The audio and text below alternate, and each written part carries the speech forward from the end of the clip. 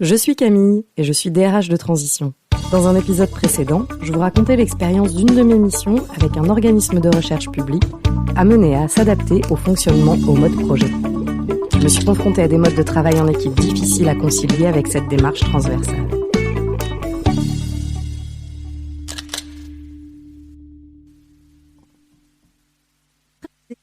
Avec le manager en charge du projet, Camille adopte une démarche qui inclut le hiérarchique du manager.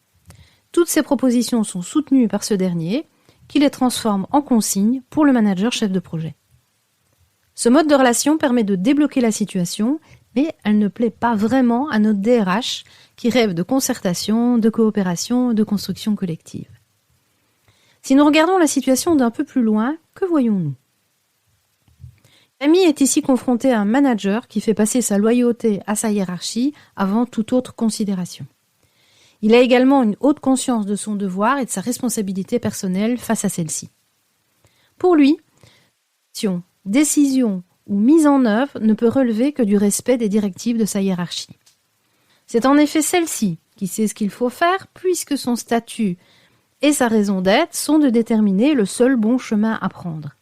Il y a donc une et une seule vérité dans l'organisation et elle vient de la hiérarchie. C'est celle-ci qui édicte les règles qu'il faudra appliquer et respecter, quelles que soient les circonstances. Il n'y a donc pas de raison de concerter et de décider collectivement. Ça n'aurait qu'une seule conséquence. Semer le chaos dans l'organisation. Et ça, c'est la pire des choses qui puissent arriver. Seul l'ordre permet de construire durablement de façon stable et sécurisée.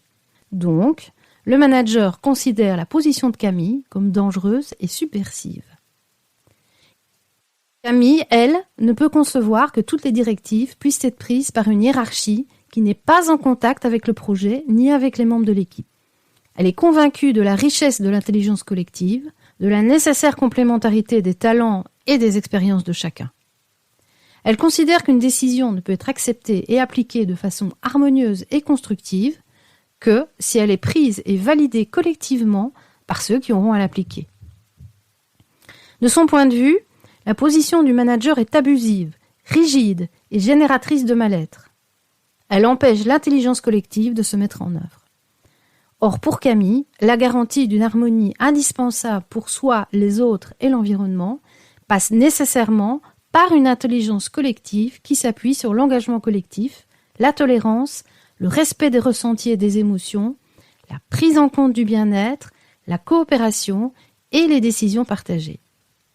Ainsi, pour amener progressivement à une forme de travail collectif plus souple et incluant, il est utile que Camille intègre un des représentants de la hiérarchie dans le processus de mise en place du mode de travail en projet.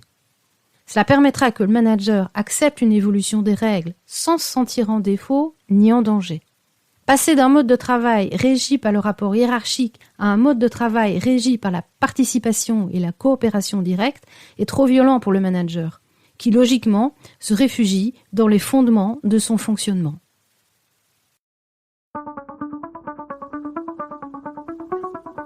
Examiner les conditions de vie de chaque système permet de reconnaître les visions du monde en présence pour façonner les solutions du présent en fonction d'une vision du futur.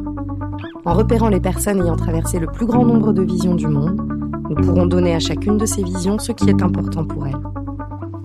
Nous pourrons également appliquer les ressources qui leur sont adaptées et donc respecter les étapes inévitables du changement sans en brûler aucune. Déclic, le podcast pour changer le sens. À la croisée des chemins, quelle direction choisir ?